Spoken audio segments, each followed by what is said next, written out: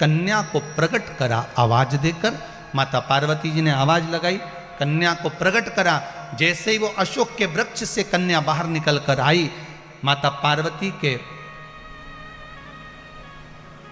एकांत को समाप्त करने के लिए वो कन्या अशोक के वृक्ष से प्रगटी, इसलिए उसका नाम जम के बोलिए अशोक सुंदरी हो गई। शिव महापुराण की कथा कहती है, यह अशोक सुंदरी कोई साधारण नहीं है, अशोक सुंदरी का चरित्र कोई साधारण नहीं है। अशोक सुंदरी की कथा का अगर हम स्मरण करें, कौमार्य अवस्था के अंतर्गत, कुंवारी अवस्था के अंतर्गत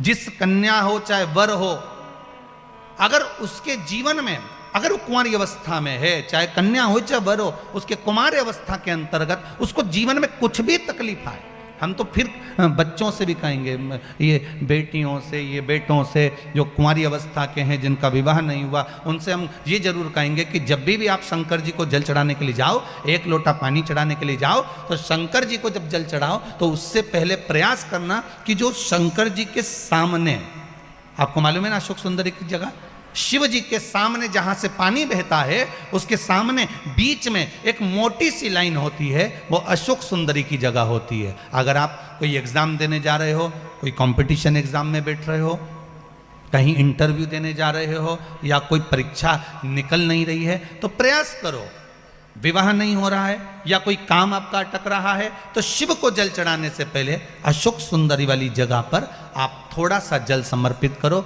अपनी मनोकामना करो और शिव जी को जल चढ़ाकर फिर जाइए, बाबा आपका कार्य पूर्ण कर देगा। कुंवारी अवस्था वालों के लिए अशोक सुंदरी का स्मरण जरूरी है।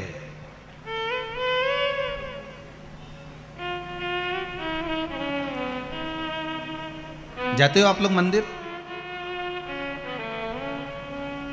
घर से जल ले जाते हो कि मंदिर का जल भर कर चढ़ा देते हो? जम के तो बोलो जरा, घर से पक्का?